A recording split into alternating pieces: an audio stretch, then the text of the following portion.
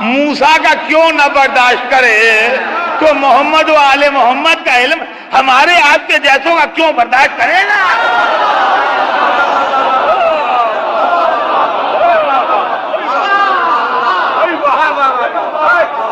بتائیے کیا ہم کیوں کیا چیز کون سا علم ہے جو ملا انہیں؟ توجہ چاہتا ہوں حضرات، محمد و آل محمد علیہ السلام کو 3 طرح کا علم دیا گیا۔ سب سے پہلا علم جو ان کو دیا گیا وہ علم حقائق اشیاء۔ پوری کائنات میں جتنا علم ہے سب عطا ہوا بغیر ذرا سی کمی کے۔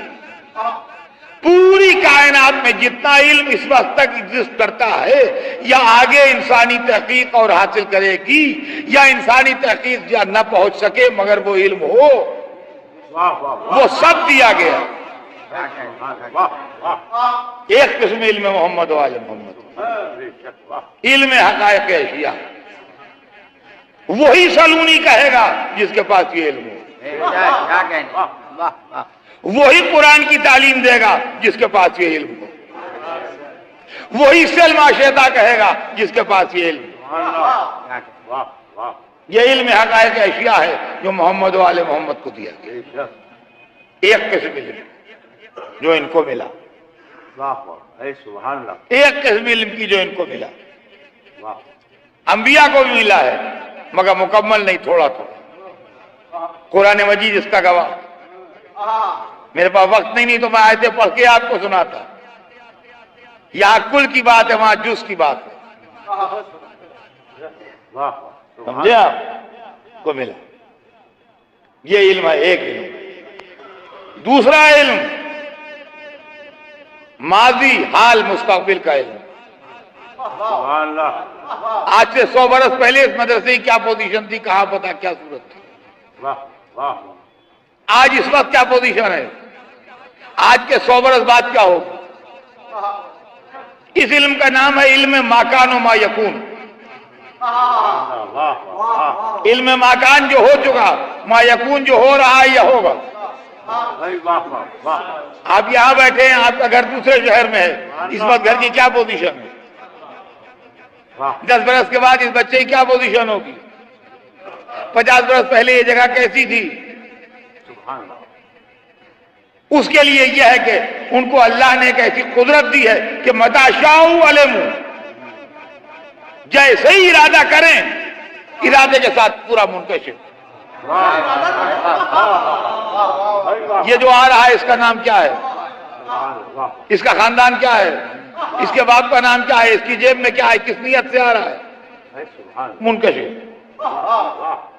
یہ علم ماکان و ما یکون ہے۔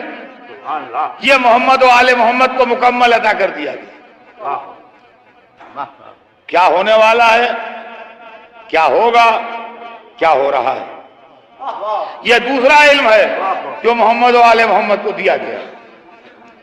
اب آئیے تیسرا علم۔ تیسرا علم ہے علم معرفت باری۔ اس علم کی حد نہیں ہے، اس لیے کہ یہ علم اگر محدود ہو جائے تو ذہن انسانی میں اللہ محدود ہو جائے، وہ محدود نہیں ہے، لہذا یہ علم محدود نہیں ہے۔ کل یوم ہوا فی شان، ہر دن علم بڑھتا جا رہا ہے۔ یہ علم معرفت باری عطا ہوا محمد و آل محمد کو، مگر چونکہ اس کی انتہا نہیں ہے لہذا یہی وہ علم تھا جس کے لیے رسول نے کہا رب زدنی علما، پالنے والے میرے علم میں اضافہ کر، اور یہی وہ علم تھا جس کے لیے علی نے کہا کہ رسول نے مجھے 1000 باب علم تعلیم کیے۔ صلوات بھیجیں محمد۔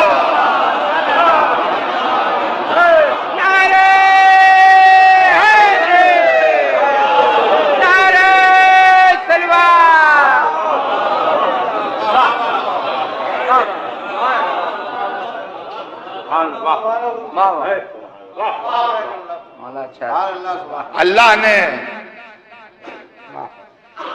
قیادت علمی محمد و آل محمد کے حوالے کی اور اپنے رسول کو قرآن جیسی کتاب دی اور اپنا آخری پیغام دے کے اس کائنات میں بھیجا، جنہوں نے آن کے دنیا کو اللہ کا پیغام سنایا اور اللہ کی کتاب ان کو عطا کی، اور جائز و ناجائز، حلال و حرام، صحیح و غلط، درست و نادرست جو باتیں تھیں وہ ان کو تعلیم تھی۔ اور اس کے بعد تعلیم کتاب، تزکیہ نفس، حکمت کی تعلیم، تلاوت آیات الہی، یہ سارے کام جو تھے یہ آل محمد کے ذمہ، یہ ان کے فرائض میں داخل تھا۔ لیکن بدنصیبی کی بات یہ ہے کہ دنیا نے رسول کی آمد ہوتے ہی اسلام کو ملوکیت میں تبدیل کر دیا، اور جیسے ہی اسلام ملوکیت میں تبدیل ہوا، علم کے چراغ پردے میں چلے گئے اور اقتدار اور سیاست کی کشمکش شروع ہو گئی۔ نام مذہب کا تھا، بینر اسلام کے تھے، پرچم لا الہ الا اللہ محمد رسول اللہ کے تھے، مگر روحانیت غائب تھی، آل محمد کا نام غائب تھا، سیرت و کردار غائب تھا، پاکیزگی نفس غائب تھی، اقتدار کا حصول تھا، حکومت کی تمنا تھی، مال و زر کی فکر تھی، ملک فتح ہو رہے تھے، نام اسلام کا لیا جا رہا تھا کہ اسلام کی ترقی ہو رہی ہے۔ لیکن جب حکومت اپنے مزاج کے اعتبار سے سمٹی تو سب چپ ہو گئے، اب کسی نے نہ کہا کہ اسلام کا زوال ہو رہا ہے۔ یہ ایک الگ کہانی ہے اسلام کی تاریخ۔ اور اسی وقت جب رسول اللہ دنیا سے رخصت ہو گئے تو لوگوں نے علی دشمنی میں سارے عالم اسلام کو اجتہاد کا مرتبہ بانٹ دیا اور سارے صحابہ کرام کو اجتہاد کا درجہ دے دیا، اور ہمارے اوپر یہ الزام لگایا گیا کہ ہم ان کا احترام نہیں کرتے اور ان کی عزت نہیں کرتے اور ان کا وقار نہیں کرتے۔ جذباتی اعتبار سے ہمارے خلاف جذباتی آگ بھڑکائی گئی، جذباتی آگ بھڑکائی گئی ہمارے خلاف، حالانکہ ایسا کچھ نہیں ہے۔ ہم احترام کرتے ہیں، تعلیم کا مسئلہ ہے،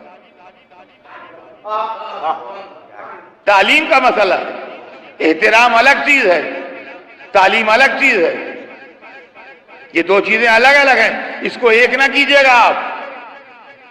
ہر لڑکے کو چاہیے اپنے باپ کا احترام کرے،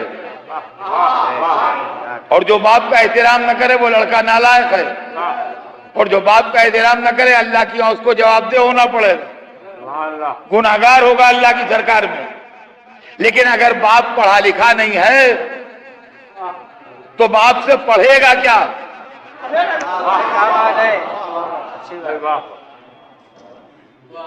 لڑکا کیمسٹری میں MSc کر رہا ہے، فائنل ایئر ہے اس کا، باپ خالی اردو لکھنا پڑھنا جانتے تھے پرانے زمانے کا، لڑکا پڑھنے جا رہا ہے استاد سے، ہم برا بھلا کریں بڑا نالائق لڑکا ہے، گھر میں باپ بیٹھے دوسرے سے پڑھنے جا رہا ہے۔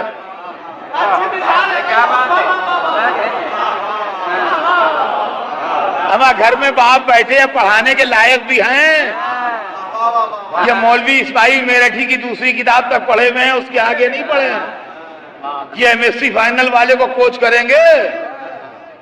احترام کرے باپ کا، یہ ہم نہیں منع کرتے، احترام پورا کرے، مگر پڑھنے دوسرے یہاں جائے گا۔ عزیزان گرامی، صحابہ قابل احترام ہیں، لیکن ہم ان سے پڑھنے بھی لگے،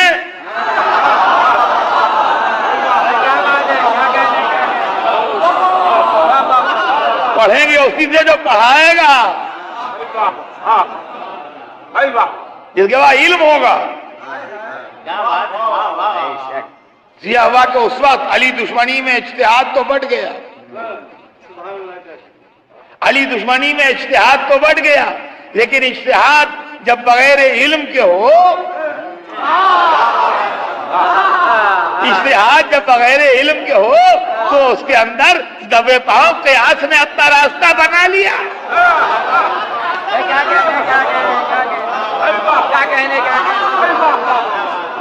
اس کے اندر استحسان و تعامل نے اپنے لیے جگہ پیدا کر لی۔ اس کے اندر کچھ ایسے واقعات رونما ہونے لگے جس کی وجہ سے وہ بھی بدنام ہوا اور اس کو پیش کرنے والے بھی بدنام ہوئے.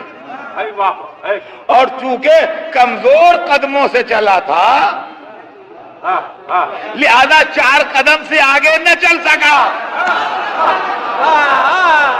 صلوات بھیجتے ہیں محمد.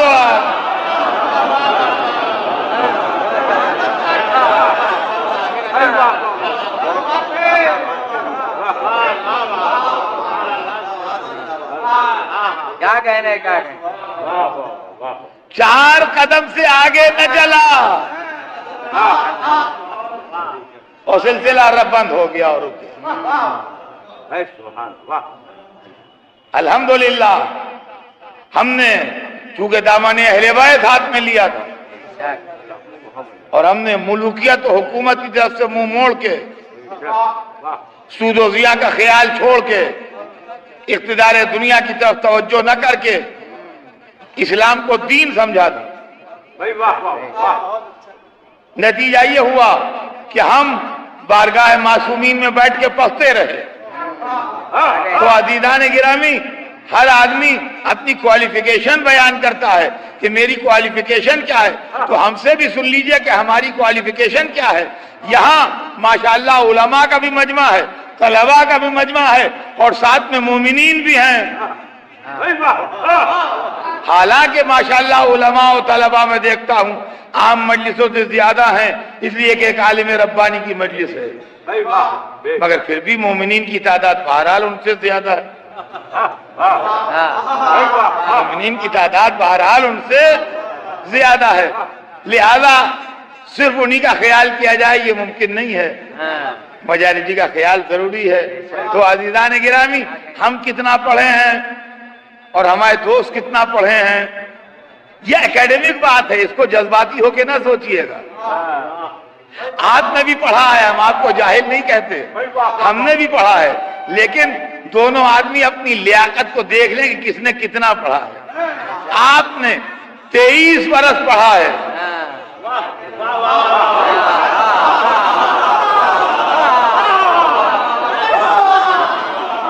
آپ نے 23 برس پڑھا ہے اور 23 برس میں ہم آپ کے ساتھ پڑھے ہیں. اس 23 برس جو محمد کے مدرسے میں تعلیم ہوئی تھی ہم آپ کے کلاس فیلو ہیں. آپ نے اگر پڑھا ہے میکسیمم تو 23 برس, اور 23 برس ہم نے آپ کے ساتھ پڑھا ہے. بلکہ کبھی کبھی اگر بھولے نہ ہو آپ تو آپ سبق بھول جاتے تھے تو ہم سے پوچھ لیا کرتے.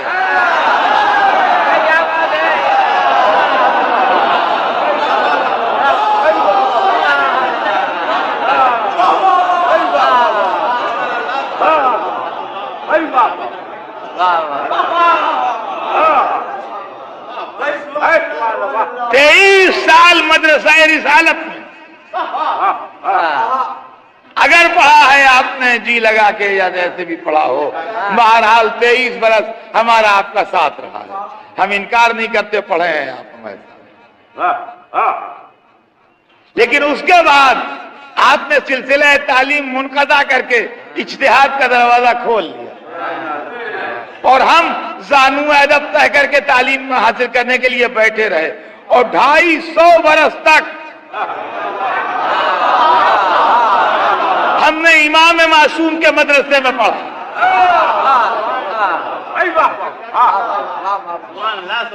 سن 11 ہجری سے سن 260 ہجری تک, سن 11 ہجری وفات رسول, سن 260 ہجری شہادت امام حسن عسکری. بچے ذہن میں ڈیٹ نوٹ کریں.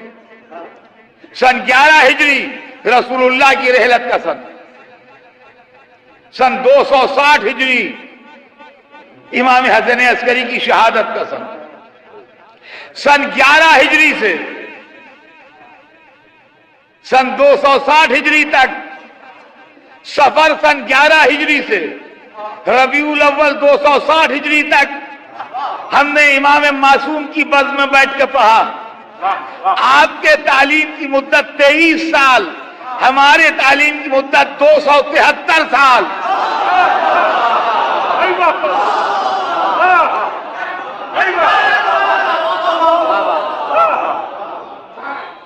پھر آپ نے تعلیم حاصل کرنے کے بعد فوراً پریکٹس شروع کر دی.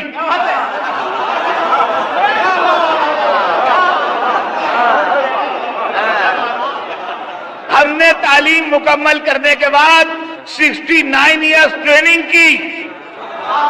سن 260 ہجری سے لے کے سن 329 ہجری تک جو غیبت صغریٰ رہی ہے، اس کے اندر ہمارے علماء کو اجتہاد کرنے کی ٹریننگ ملی ہے کہ غیبت میں کیسے کام چلایا جاتا ہے.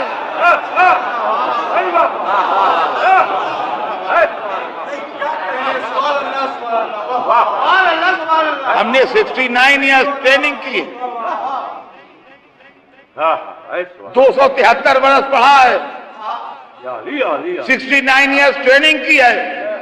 273 برس پڑھ کے اور 69 ایئرس ٹریننگ کر کے اب جو ہمارا کاروان اجتہاد چلا شیخ صدوق سے، تو الحمدللہ چراغ علم آج بھی جگمگا رہے ہیں.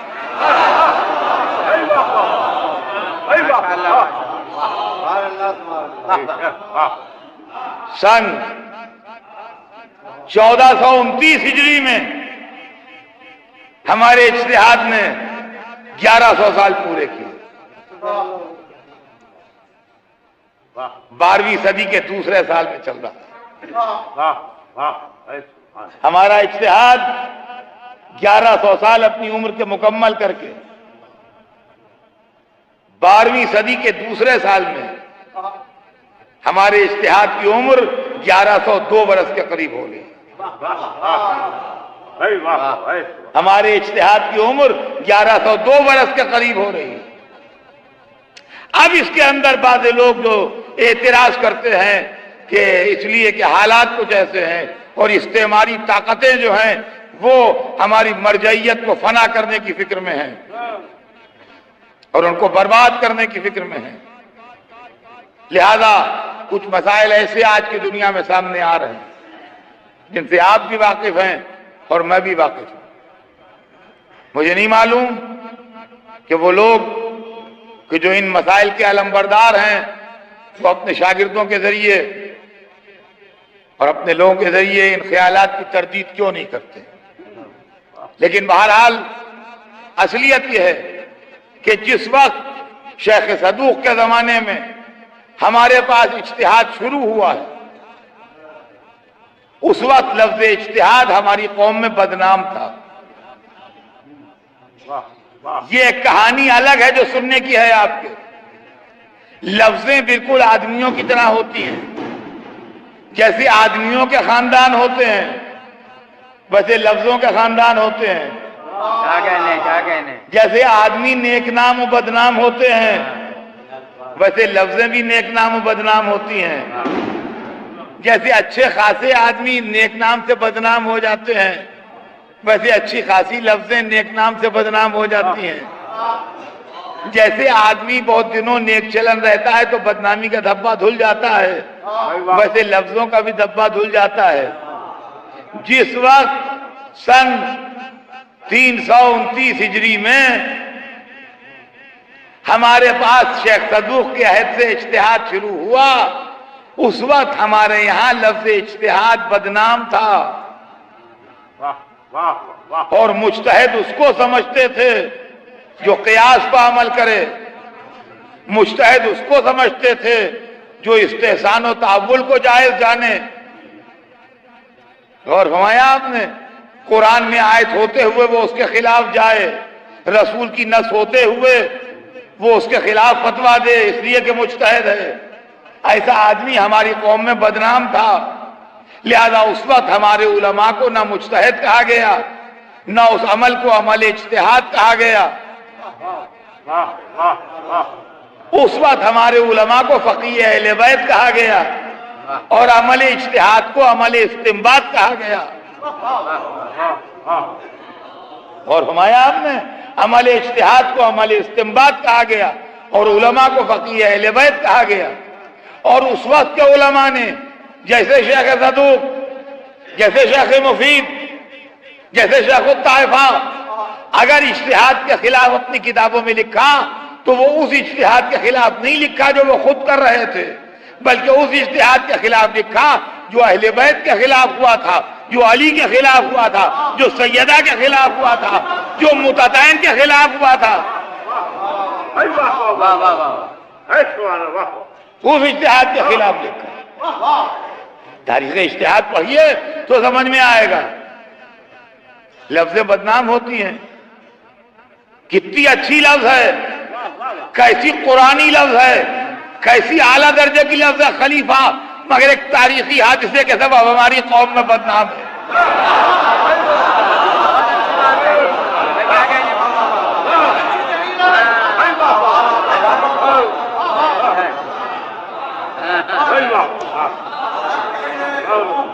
کیا کیجئے گا آپ اسے؟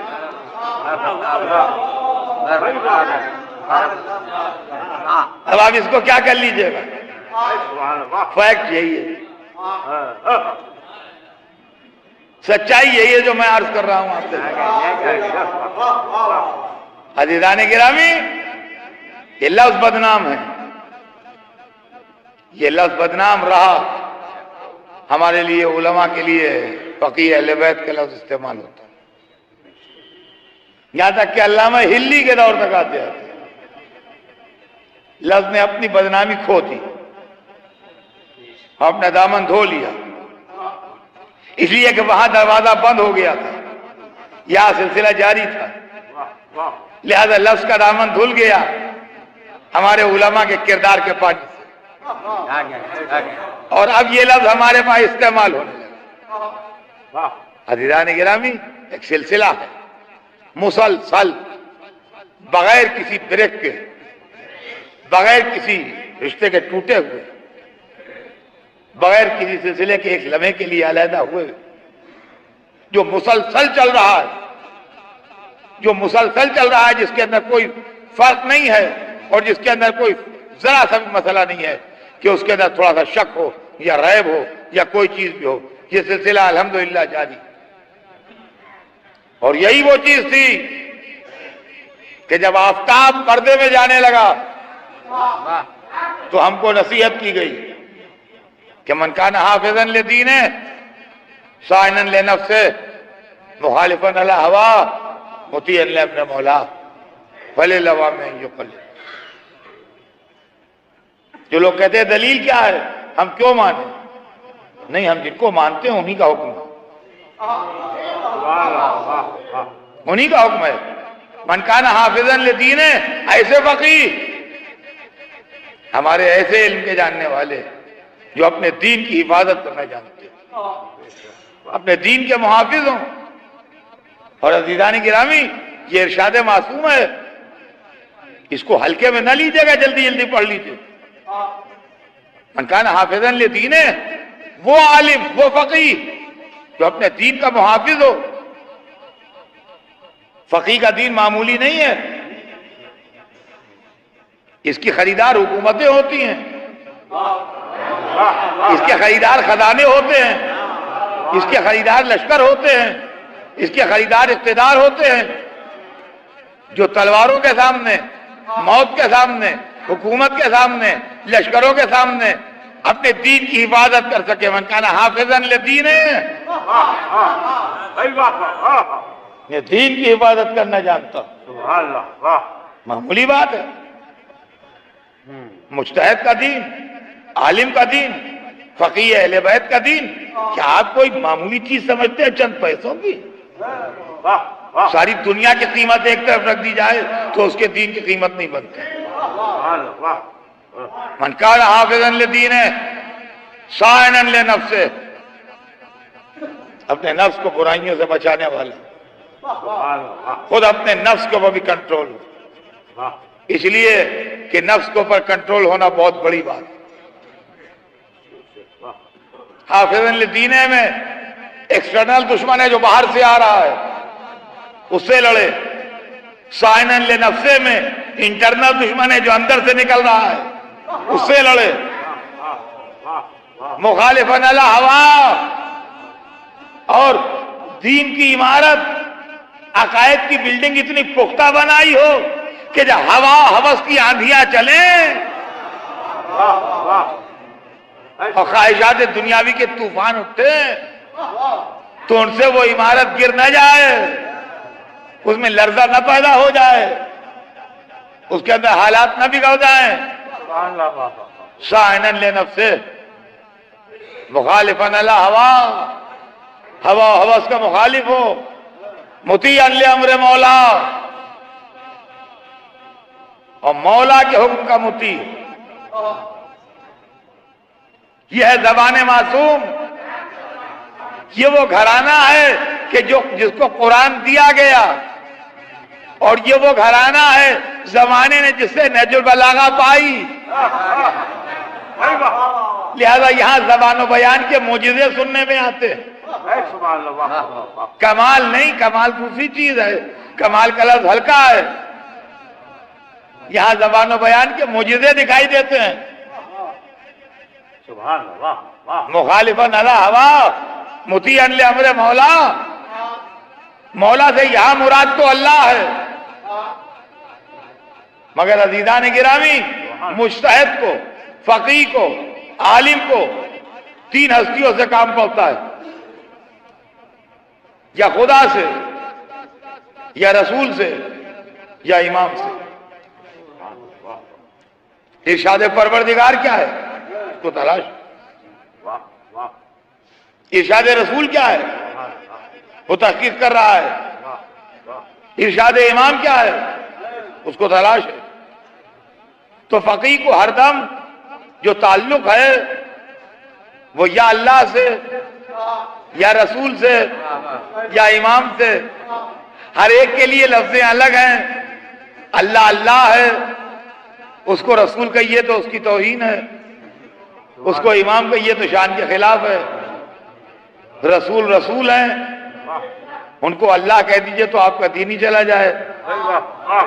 امام امام ہے، اس کو رسول کہہ دیجئے تو کافر ہو جائیے، ختم رسالت کے قائل نہ رہیے۔ اس کو اللہ کہہ دیجئے تو مشرک ہو جائیے۔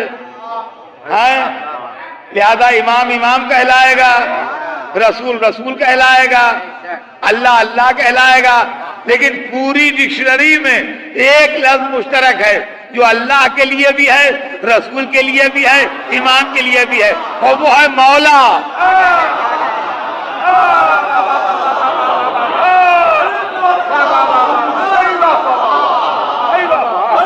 اللہ مولایا فانا مولا المومنین ومن کنت مولا ہو فہذا علی۔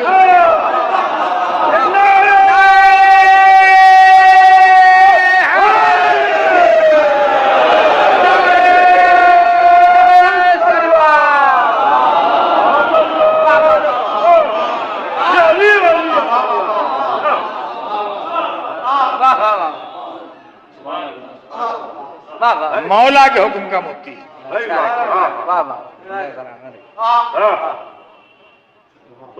ایسے کے احکام کو دیکھیے، ایسے کی تقلید کیجیے۔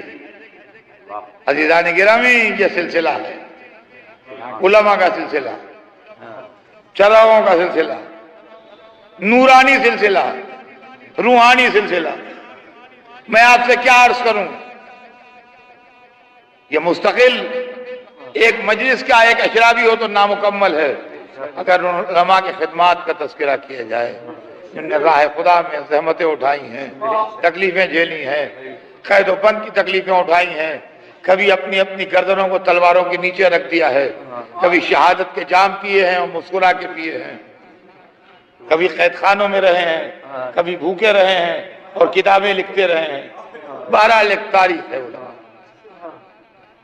اور جہاں جہاں مذہب جعفری گیا وہاں وہاں یہ روشنی گئی، یہ علم گیا اور یہ نور گیا۔ اور الحمدللہ ہندوستان میں بھی جب یہ علم کی روشنی آئی اور دین اسلام آیا تو اس کے ساتھ ساتھ مسلک اہل بیت بھی آئی، اور جب مسلک اہل بیت آیا تو علماء بھی آئے۔ یہ ایک پوری تاریخ ہے، خالی اگر ہندوستان ہی کی تاریخ بیان کی جائے تو کہاں تک بیان کروں آپ سے۔ سندھ کی تاریخ بیان کروں کہ پنجاب کی تاریخ بیان کروں کہ دکن کی تاریخ بیان کروں کہ کشمیر کی تاریخ بیان کروں کہ بنگال کی تاریخ بیان کروں، کہاں کہاں کی تاریخ بیان کروں، لیکن آخر میں ہمارا قریب ترین عہد وہ تھا جب اودھ کی تاریخ دنیا کے سامنے آئی اور علم دین کے چراغ یہاں جلے۔ تو یہاں بہت سی جگہوں پر، جیسے میں نے جگہوں کے نام دیے، اور بھی جگہ ہیں، اور ہر جگہ کی ایک تاریخ ہے اپنی، اور ہر جگہ کی تاریخ درخشہ تاریخ ہے، ہر جگہ کی تاریخ مقدس علماء پاک و پاکیزہ اور دین کی خدمت کرنے والے بزرگوں کی تاریخ۔ ہمارے اودھ کی تاریخ میں خوبی یہ ہے کہ یہاں وقفہ بہت کم ہے اور معیار بہت بلند ہے۔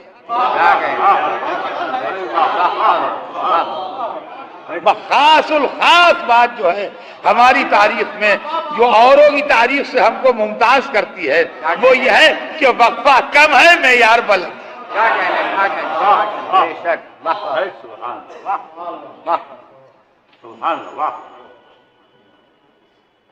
وقفہ کم ہے، معیار بلند۔ آپ پوری تاریخ اٹھا کے ملاحظہ فرمائیں، دور نہ جائیے، اسی شہر کی تاریخ لے لیجیے جس میں آپ بیٹھے ہیں۔ 1775 سے 1856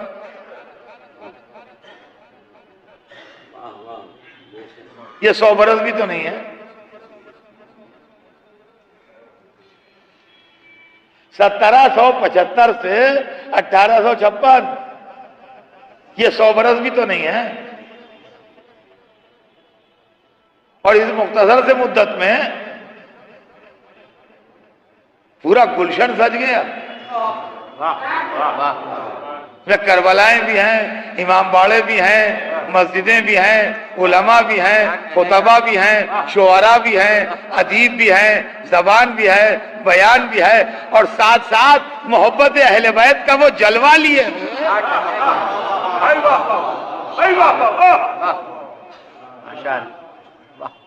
محبت اہل بیت کا وہ جلوہ لیے ہوئے، خدا یہ بتا کہ دنیا محو حیرت ہو جائے۔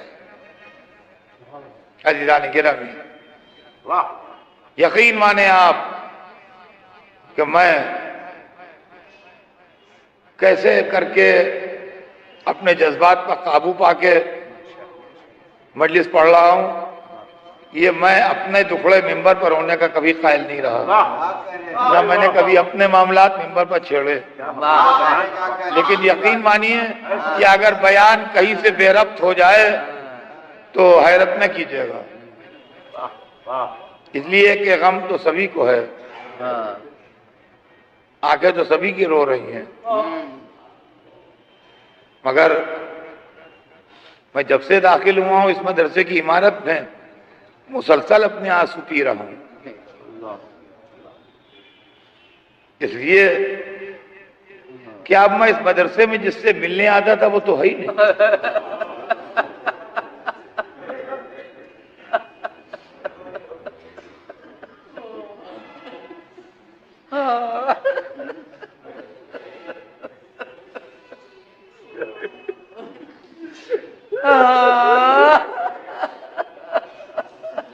ایک عظیم علمی خانوادے کی فرد جن کے دینی خدمات کا معیار بہت بلند رہا اور فقہ و اصول میں جن کی خدمات کا ڈنکا بجتا رہا، نہ صرف یہاں بلکہ عراق تک اور عراق تک، اور نجف کے مراجع بھی جن کے تفقہ کے قائل رہے اور جن کے علم اور جن کے تقوی اور جن کے کردار کے معترف رہے، یہ وہ لوگ جنہوں نے وہ مورچے بنائے جہاں سے دین اسلام کا دفاع ہو سکے، جہاں سے حق کا دفاع ہو سکے، جہاں سے مذہب کا دفاع ہو سکے،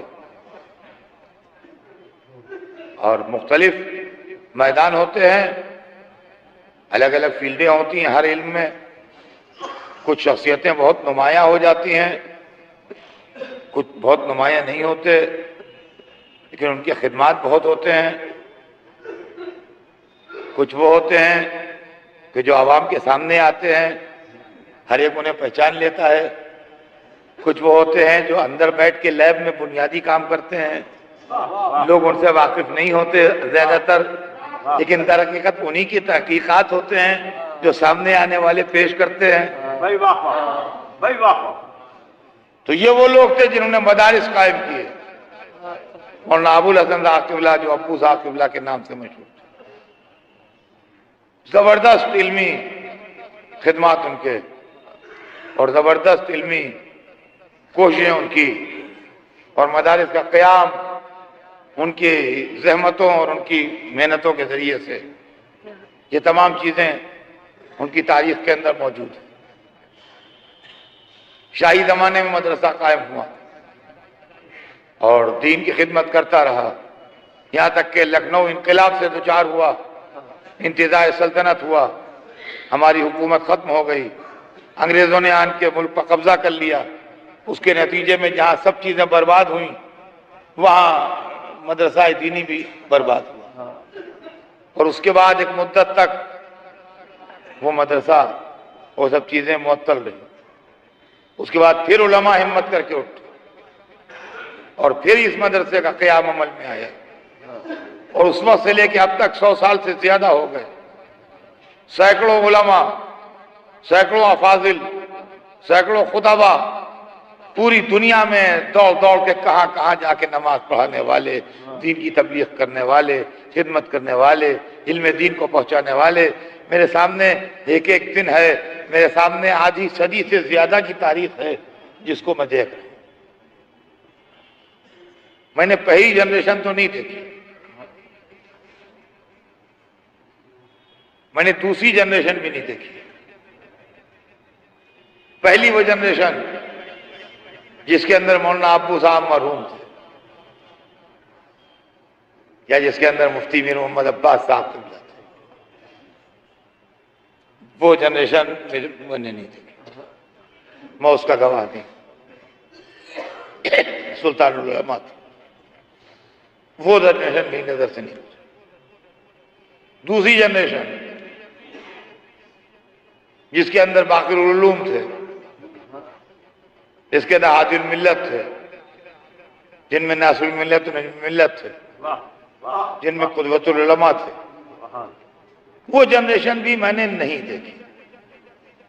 صرف سب سے آخر میں جو ناصر الملت بچے تھے ان کی ایک جھلک میری نظروں میں ہے بس. اس کے علاوہ لوگوں کی ایک جھلک بھی نہیں. کچھ میری پیدائش سے پہلے ہی انتقال. لیکن اس کے بعد کی جنریشن تھی, اس کو نہ صرف میں نے دیکھا بلکہ میں نے ان سے پڑھا بھی, اور میں نے ان سے اکتساب فیض کیا, اور میں نے ان سے سیکھا ہے. اور آج دو لفظ جو اپنی کجمج بیانی اور اپنی جہالت اور اپنی ناسمجھیوں اور اپنی بے علمی کے باوجود زبان سے ادا ہو جاتے ہیں, وہ ان کا فیض ہے. یہی مدرسہ ہے, یہی در و دیوار ہے.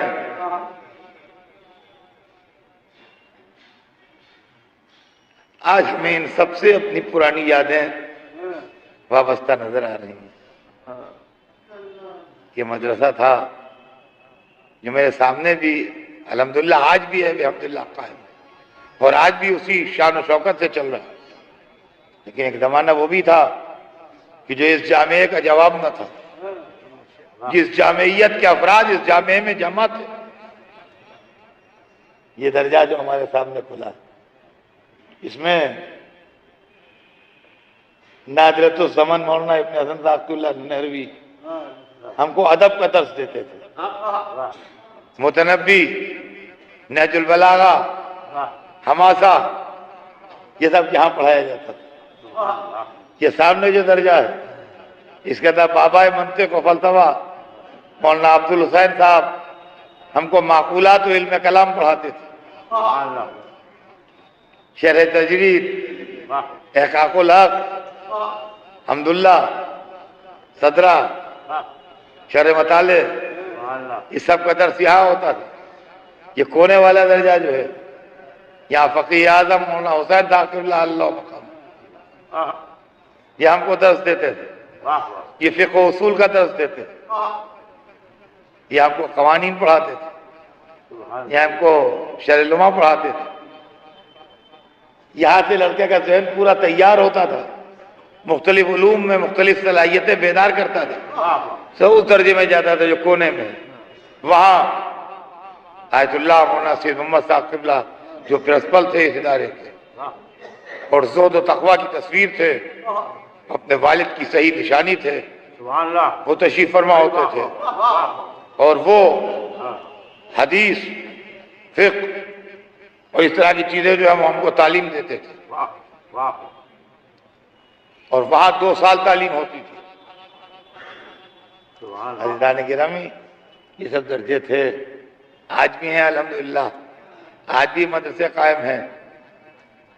اس دور قحط الرجال میں، اس مشکل زمانے میں قابل تعریف ہیں آیت اللہ مولانا سید محمد جعفر ذاکر اللہ اللہ مقامہ، جنہوں نے اس مدرسے کو اس شان سے چلایا کہ خالی چلایا ہی نہیں بلکہ اس کے اندر بہت سے کچھ اضافے بھی کیے، بہت سے تعمیرات ان کے زمانے کے ہیں جو ہمارے زمانے میں نہیں تھے، بہت سے مدرسے میں اضافے ان کے زمانے کے ہیں جو ہمارے زمانے میں نہیں تھے۔ انہوں نے بڑی شان کے ساتھ، اور پھر ایسے زمانے میں جب مدرسین کا ملنا بھی دشوار ہے، جب اساتذہ کے واسطے ایک مسائل پیدا ہو رہے ہیں، ایسے زمانے میں مدرسے کو چلانا اور مدرسے کو آگے بڑھانا ایک بہت بڑا مشکل کام ہے، لیکن وہ اس مدرسے کو چلاتے رہے، وہ اس مدرسے کو آگے بڑھاتے رہے اور اس سنگر علمی کو مضبوط کرتے رہے تاکہ کسی قسم کا کوئی خطرہ نہ پیدا ہو۔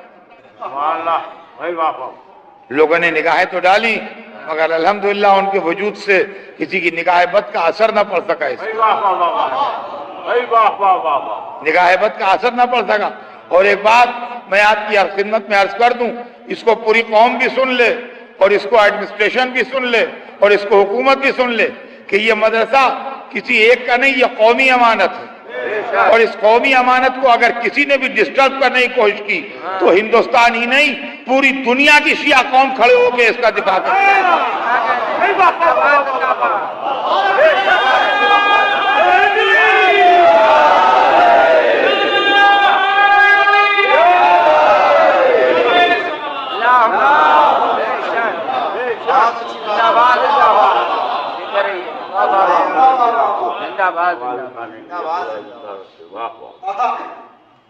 پورے دنیا اس لیے کہ آج کی دنیا سمٹ گئی اور سیاست کتنی قوی کیوں نہ ہو کسی ملت کا مقابلہ نہیں کر سکتی، یہ تجربہ بات۔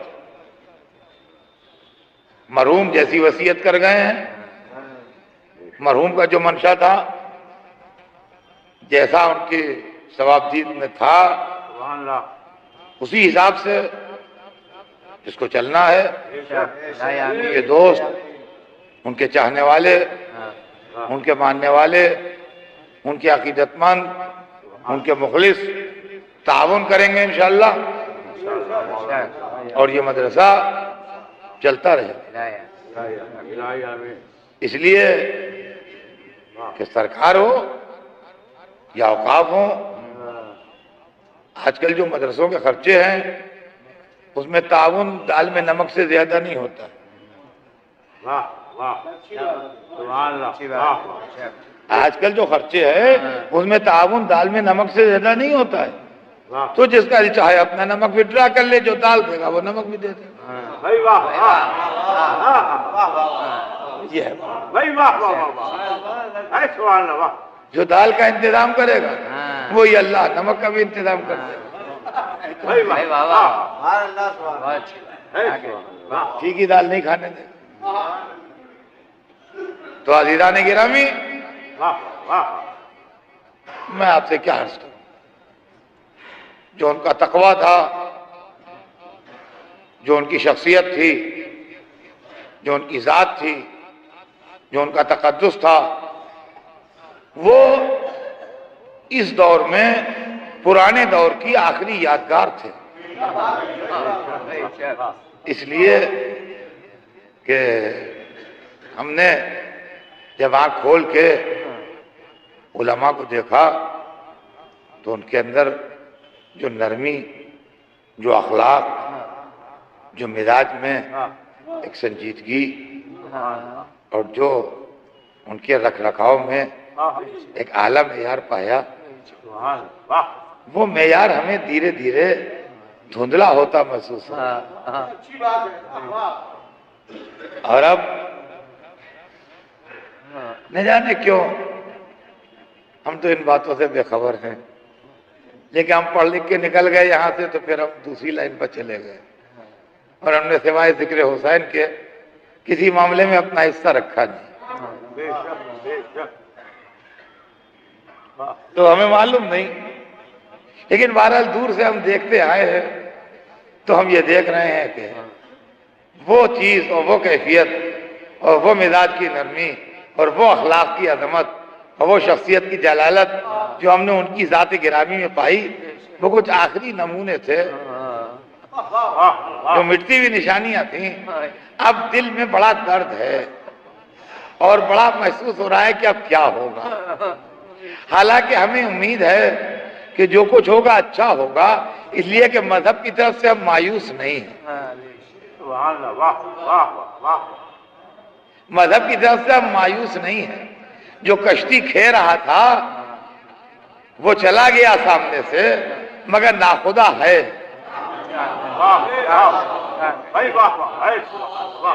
ایسا نہیں ہے کہ ناخدا کہیں چلا گیا، وہ کشتی کو کھیتا رہے گا اور یہ کشتی چلتی رہے گی، اور انشاءاللہ اس وقت تک چلتی رہے گی جب تک غیبت کا سورج طلوع نہ ہو جائے. لیکن ہاں، فریاد کرنے کو ضرور دل چاہتا ہے، اور جب مصیبت پڑے تو آدمی اپنے سے نہ کہے تو کس سے کہے. بس یہی پکارنا ہے کہ اے آفتاب غیبت، فریاد ہماری وہ شمع بجھ گئی جو جانے شبستہ تھی. ایک سے ایک کم ہوتا جا رہا ہے، ایک سے ایک گھٹتا. کیسا دور تھا مولانا شیر محمد صاحب قبلہ علی اللہ مقامہ جب اس کو چلاتے تھے، وہی دور ہم لوگوں کی طالب علمی کا تھا. مدرسے میں درس الگ ہوتے تھے، علماء کے گھروں میں درس الگ ہوتے تھے. وہ الگ سلسلہ تھا، یہ الگ سلسلہ تھا. ہم لوگ درس فقہ و اصول پڑھنے کے والد گرامی کے گھر پر کٹرے میں جاتے تھے. مولانا حسین صاحب قبلہ اللہ مقام، مولانا عالم صاحب قبلہ مرحوم، یہ مرحوم مولانا آغا جعفر صاحب، ان کا انتقال ہو گیا پاکستان میں. رضی جعفر صاحب کے بڑے بھائی وہ بھی تھے. اب ایک اللہ سلامت رکھے دلی میں سید علی صاحب اس درس کے ساتھیوں میں ہیں، جو دلی کے امام جمعہ ہیں وہاں ہم مسجد میں کشمیری کے، وہ بھی اس درس میں شریک ہوتے تھے. بڑی پرانی بات ہے، میں کیا بتاؤں کتنی پرانی بات ہے. یاد ہے کہ جب ورق الٹنے لگتا ہوں تو ادھر ادھر کی چیزیں بھولنے لگتا ہوں. یہ جو اس ادارے کے پرنسپل ہیں مولانا صادق صاحب قبلہ حجت الاسلام والمسلمین، اسی زمانے میں پیدا ہوئے تھے جب ہم لوگ وہاں شرع العلوم و قوانین کا درس پڑھنے ان سے جاتے تھے. سب زمانے گزر گئے. پھر مولانا سید علی صاحب قبلہ کا زمانہ آیا اور وہ چلاتے رہے. پھر ان سے ان کو ملا اور یہ چلاتے رہے. جانے والے خدا حافظ، ہادی الملت کی یادگار بھی تھے، آخر العلوم کی مسند کے بیٹھنے والے بھی تھے۔ اب میں ان کے جانے کی تعزیت کس کو دوں؟ امام زمانہ کی خدمت میں تعزیت پیش ہے، ان کے ایک خادم کی، ان کے دین کے ایک خادم کی تعزیت۔ اے حضرت ولی یاسر، تعزیت قبول فرمائیے اور ہمارے لیے روشنیوں کا انتظام کیجیے۔ مولانا سید محمد تقی صاحب قبلہ، جو اس وقت اپنے خانوادے کے اب ان کے بعد سب سے بڑے بزرگ، ان کی خدمت میں تعزیت، ان کے بیٹوں کی خدمت میں تعزیت۔ حجت الاسلام مولانا صادق صاحب قبلہ، حجت الاسلام مولانا محمد موسیٰ صاحب قبلہ، حجت الاسلام مولانا محمد اسحاق صاحب قبلہ، یہ لوگ تعزیت قبول فرمائے، ان کے خیش تعزیت قبول فرمائے، اور تمام مومنین تعزیت قبول فرمائے۔ اس لیے کہ عالم کا مر جانا کوئی معمولی بات نہیں ہے، یہ بہت عظیم واقعہ ہے اور بہت شدید غم ہے۔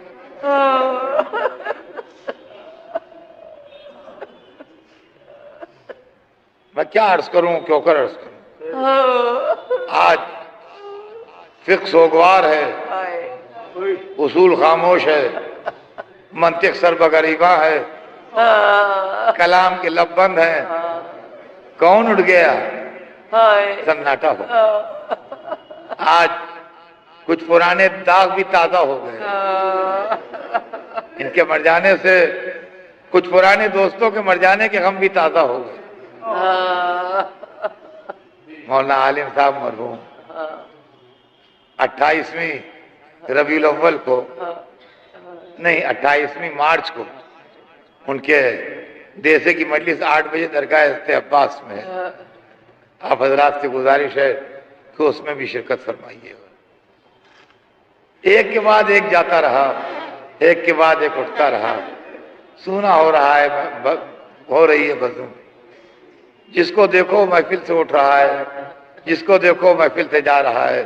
وہ سیرت، وہ کردار، وہ علم، وہ حلم، وہ وقار، وہ مرتبہ، وہ شخصیت، وہ خاندانی وجاہت، وہ تمام چیزیں اللہ اللہ، اور اس کے بعد پھر کسی گستاخی کا جواب نہ دینا، خاموش رہنا، کسی کے سلسلے میں پلٹ کے کچھ نہ کہنا، یہ وہ تمام ملکوتی صفات تھے جو ایسے لوگوں کے اٹھ جانے کے ساتھ ساتھ دنیا سے اٹھتے جا رہے ہیں، اور آج دنیا میں ان کا کوئی وجود نہیں۔ ملت سوگوار ہے اور وجہ طور سے سوگوار ہے، اور ظاہر بات ہے کہ یہ ان کی شخصیت کا اثر ہے کہ ایک کوشہ نشین شخص کے 40ویں میں اتنے بڑے مجمع کا جمع ہو جانا خود اس بات کی دلیل ہے کہ دلوں کے اوپر ان کا کتنا اثر تھا۔ ایک طرف ان کی علمی وجاہت، دوسری طرف ان کے کردار کی عظمت، تیسری طرف ان کی وہ جلالت جو علماء کی نظر میں دوسرے ملکوں میں تھی، اور تیسری طرف وہ سادہ لوہی کہ جس نے جا کے دروازہ کھٹکھٹایا، حضور نکاح ہے چلے چلیے، تیار ہو گئے، حضور میت ہے چلے چلیے، تیار ہو گئے، حضور یہ مسئلہ ہے جواب دے دیجئے، جلدی سے لکھنے کے لیے تیار ہو گئے۔ مشکل مسائل میں، پریشانیوں میں، دشواریوں میں کتنے ہی شیعہ پرسنل بورڈ کے ایسے مسائل تھے، کیونکہ ہماری مجلس اعلی دینی جو ہے اس کے سربراہ بھی وہی تھے، جو آل انڈیا شیعہ پرسنل بورڈ کی مجلس اعلی دینی ہے۔ تو ہم فقہی مسائل کا جواب خود نہیں دیتے، فقہی مسائل کا جواب ہماری مجلس اعلی دینی دیتی، اور مجلس اعلی دینی کے اندر وہی سربراہ تھے۔ تو ہمارے دینی مسائل جو آتے تھے، جو ہم سے شرعی مسئلے پوچھے جاتے تھے، ان کا جواب وہی تھا، ان کا جواب وہی لکھتے تھے۔ پھر جو ہماری کمیٹی ہے اس کے سامنے وہ جواب جاتا تھا، ظاہر ہے کمیٹی کو اس سے کوئی اختلاف نہیں ہوتا تھا، کمیٹی اس پر رسم کرتی تھی، وہ جواب بھیج دیا جاتا تھا۔ آج ہمارے سامنے بھی ایک مسئلہ ہے، یہ سانحہ ہر ایک کے لیے ذاتی محسوس ہو رہا ہے، ہر ایک کے لیے شخصی غم ہے، لیکن بس یہ شخصی غم اور یہ ذاتی غم، اور سب سے بڑی بات یہ کہ عزادار تھے، حسینی تھے، مولائی تھے، اب یہ بھی تو ہو گیا ہے کہ کبھی کبھی غرور علم مولائی ہونے میں بھی تو شک پیدا کر رہا ہے. یہ بھی تو کبھی کبھی منظر سامنے آتی ہے کہ غرور علم اخلاقی قدروں سے بھی دور کرتا جا رہا ہے. اور کبھی کبھی ایسا بھی ہو رہا ہے کہ آخری امور میں شرکت یا اخلاقی امور میں آن کے اظہار تعزیت، اس میں بھی دشواریاں اور مشکلات کا سامنا پڑا. لیکن یہ وہ لوگ تھے کہ جو ہر منزل میں، ہر موقع کے اوپر، ہر جگہ نمایاں حیثیت سے حصہ لیتے تھے. اللہ ان کے درجات عالی فرمائے، اور بے شک بارگاہ معصومین میں ان کے درجات بڑے بلند ہیں. لیکن ان کا گھرانہ وہ ہے کہ جو یا یہاں رہا یا کربلا میں رہا. ہماری دوستی یا ان سے تھی یا ان کے ایک تجازات بھائی تھے حجت الاسلام مولانا حیدر مہندی صاحب قبلہ اللہ مقامہ، جن کو لکھنؤ والے بالکل نہیں جانتے، اس لیے کہ بہت کم سنی میں سن 50 میں وہ کربلا محلہ چلے گئے تھے اور وہ وہیں رہے تمام زندگی. تو وہ یہاں آئے نہیں. خاندان میں وہ آغا جون کے نام سے مشہور.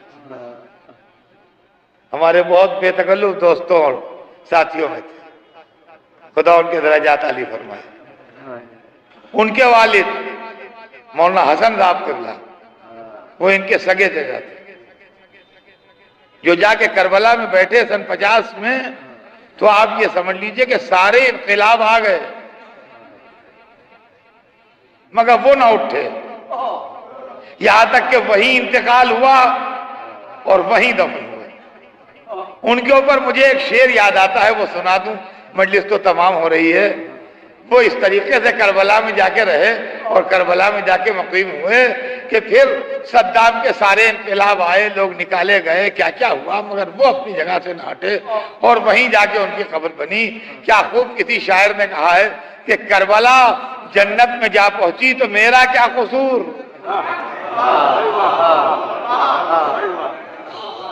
یہ شعراء کرام سنے جو یہاں ہیں، کربلا جنت میں جا پہنچی تو میرا کیا قصور، خود زمین اٹھی نہ اٹھا میں در شبیر سے.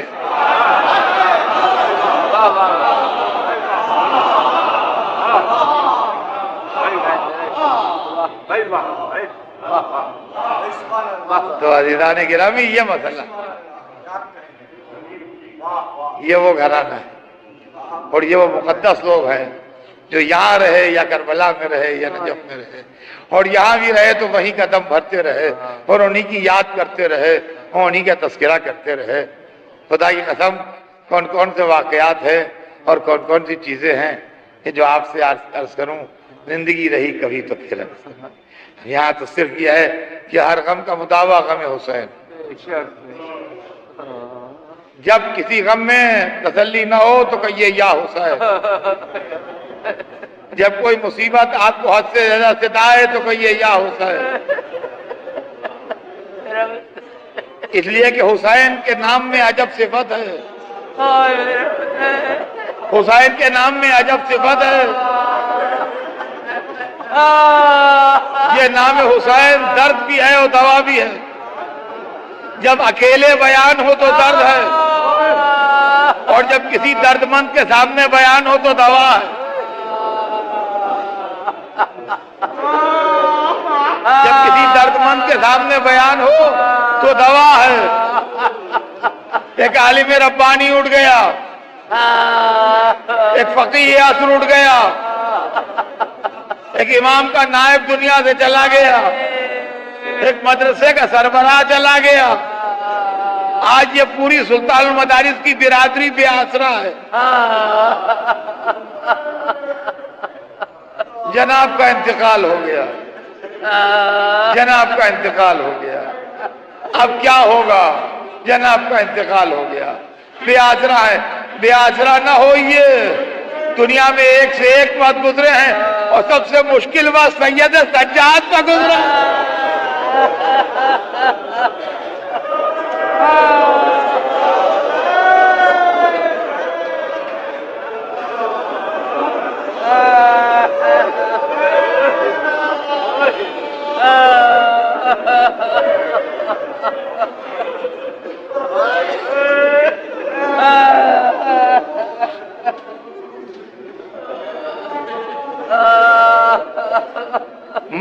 مولانا کے بیٹوں سے کہوں گا کہ آپ دل تھوڑا نہ کیجئے،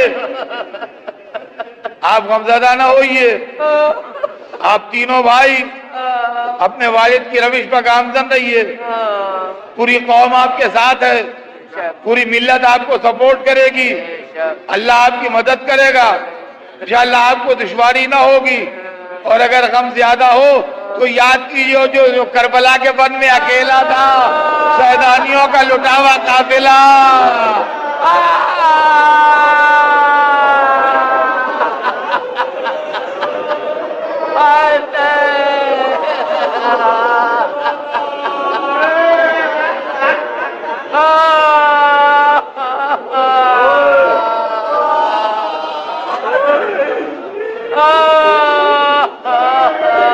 گھر کے سربراہ کا چلا جانا، خاندان کے سربراہ کا چلا جانا، ادارے کے سربراہ کا چلا جانا بہت مصیبت ہے، مگر سوچئے تو جب کربلا میں عصر کا وقت آیا،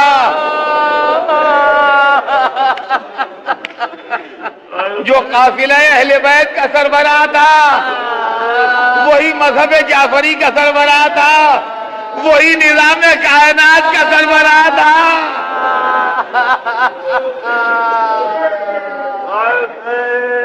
وہ خیمے کے دروازے پر اس طرح آیا کہ اگر تصور کی آنکھوں سے دیکھیے تو کلیجہ ٹکڑے ہو جائے، جب علی اصغر کی تربت بھی بن چکی اور ساری ذمہ داریاں ختم ہو چکی، تو اب بس ایک مرتبہ آخری بار سیدانیوں کو خدا حافظ کہنا تھا، تو خیمے کے دروازے پر آئے، کتابوں میں لکھا نہیں ملے گا، تصور کی آنکھیں دیکھ رہی ہیں، شان یہ تھی کہ کپڑوں پہ علی اکبر کا خون تھا، چہرے پہ علی اصغر کا خون تھا، ہاتھوں میں تربت علی اصغر کی مٹی تھی،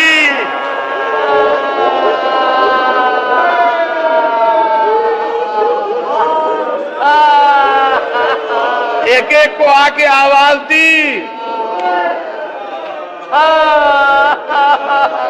بہن در خیمہ پہ آئیں، بھائی کو خیمے کے اندر لے گئیں، پہلے بیمار بیٹے کے پاس گئے، باتیں کرتے رہے جو تاریخ نے سنی نہیں، جب چلنے لگے تو کہا بیٹا جب قید سے چھوٹ کے جانا میرے دوستوں کو سلام کہنا،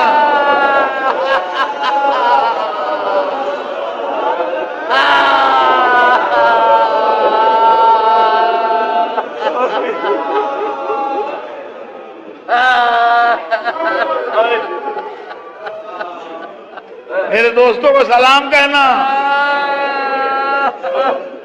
کہنا جب پانی پینا میری پیاس یاد کر لینا، یہ کہہ کے آگے بڑھے تو بہن سے پرانا لباس طلب کیا، واقف اسرار مشیت بہن سمجھ گئی کہ جس کے لیے شب عید نئے کپڑے آئے تھے وہ اللہ کی سرکار میں جانے کے لیے لباس بدلنا چاہتا ہے،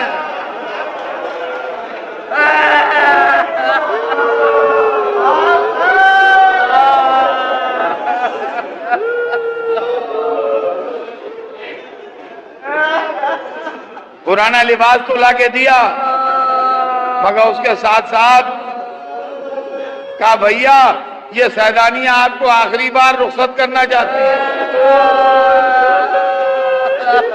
ہاں گھر کا سربراہ جا رہا ہے، اب اس کے بعد حسین پلٹ کے نہیں آئیں گے، سوچئے دل کا کیا حال ہوگا، ہر بیوی غمزدہ ہے، کسی کا بیٹا مارا گیا، کسی کا بھائی مارا گیا، کسی کا شوہر مارا گیا،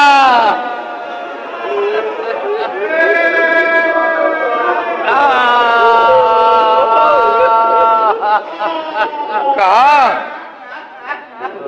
بہن کیوں کر رخصت کریں گی، کہا ایک حلقہ بنا لیں گی، آپ اس کے درمیان سے گزر جائیے، کہا اچھا بہن مجھے منظور ہے، اے لیجئے سیدانیوں نے حلقہ بنایا، حسین حلقے میں آئے، ایک ایک بیوی کے چہرے پر نظر کی، فرمایا دیکھو میرے غم میں صبر کرنا، مجھے کسی شاعر کے شعر یاد آ رہے ہیں،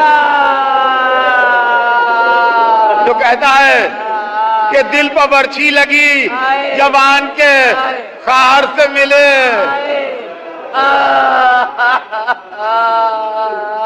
بے کسی اجڑے ہوئے گھر کی بحسرت دیکھی، یاد سے حضرت فضا کی بھی صورت دیکھی۔ اب جو چلنے لگے تو ایک مرتبہ اب ماما ہاتھوں پر لیا، اے خدا نے میرے غم میں صبر دے دے، اتنا کہنا تھا حلقہ ٹوٹ گیا۔ حسین کو چاروں طرف سے بہنوں نے گھیر لیا، بکھرا ہے بال، اہل حرم ساتھ ساتھ تھے، پٹکے میں شاہدی کے سکینہ کے ہاتھ تھے، سیدانیاں پیچھے پیچھے، ہوا محمدہ ہوا علیہ، زینب کبریٰ نے رکعت میں فاطمہ کا اللہ